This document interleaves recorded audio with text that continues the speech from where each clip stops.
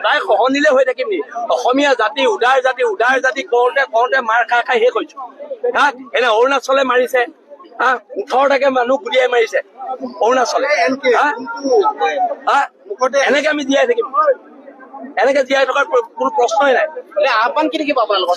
চৰকাৰে যদি একো নকৰে, এতিয়া প্ৰথম প্ৰত্যাক্ৰমণটো হৈ লওক, তাৰ পৰা কথা বতৰাবোৰ হৈছে আমাৰ গাড়ীবোৰ কিয় ভাঙিছে আৰু অসম চৰকাৰ ক'ত? এতিয়া কথাবিলাক হৈছে কি গাড়ী আমি ভাঙিব নোৱাৰো নি? মেঘালয় প্ৰত্যেকখন গাড়ী ইয়াত ভাঙি চলাই দিব পাৰো। কিন্তু ইহঁতি সদায় আমাক মাৰি থাকিব। ইয়াত আমি মেঘালয়ৰ চাকৰামি কৰিবলৈ ইয়াত থকা নাই। আজি মেঘালয় অসমৰ পৰা যোৱা টুৰিষ্টৰ কাৰণে চলি আছে। মেঘালয় যে খাই আছে, শ্বিলঙে যে খাই আছে, আমাৰ ইয়াৰে ড্ৰাইভাৰ খিনিৰ কাৰণে খাই আছে।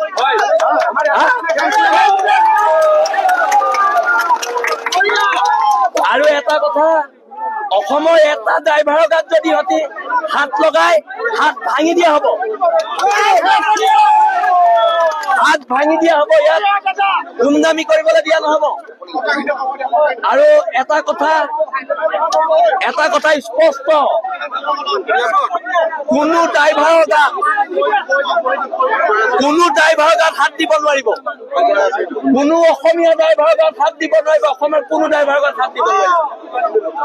আৰু এটা কথা স্পষ্ট, বীৰ লাচিত অসমৰ পৰা আমি কৈ দিছো, মেঘালয়ৰ পৰা এখনো গাড়ী, মেঘালয় ৰেজিষ্ট্ৰেশ্যন গাড়ী ইয়াত সোমাব দিয়া নহব।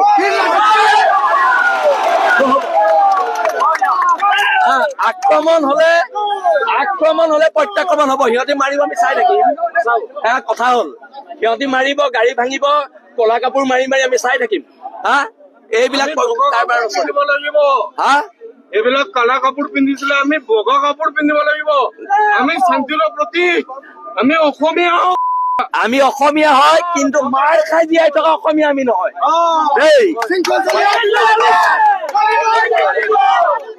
আমি ইয়াত বহিম, ইয়াত কৰি দিয়া হওক।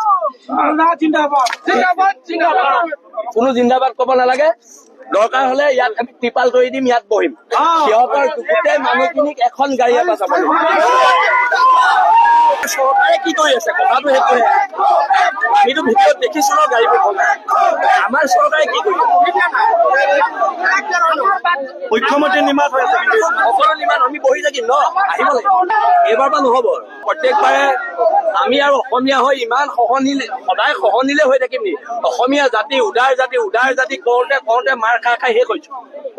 এনে অৰুণাচলে মাৰিছে, 18টাকে মানুহ গুলিয়াই মাৰিছে অৰুণাচলে। এনেকে আমি জীয়াই থাকিম? এনেকে জীয়াই থকাৰ কোনো প্ৰশ্নই নাই। আহ্বান কি থাকিব আপোনালোকৰ? চৰকাৰে যদি একো নকৰে, এতিয়া প্ৰথম প্ৰত্যাক্ৰমণটো হৈ লওক, তাৰ পৰা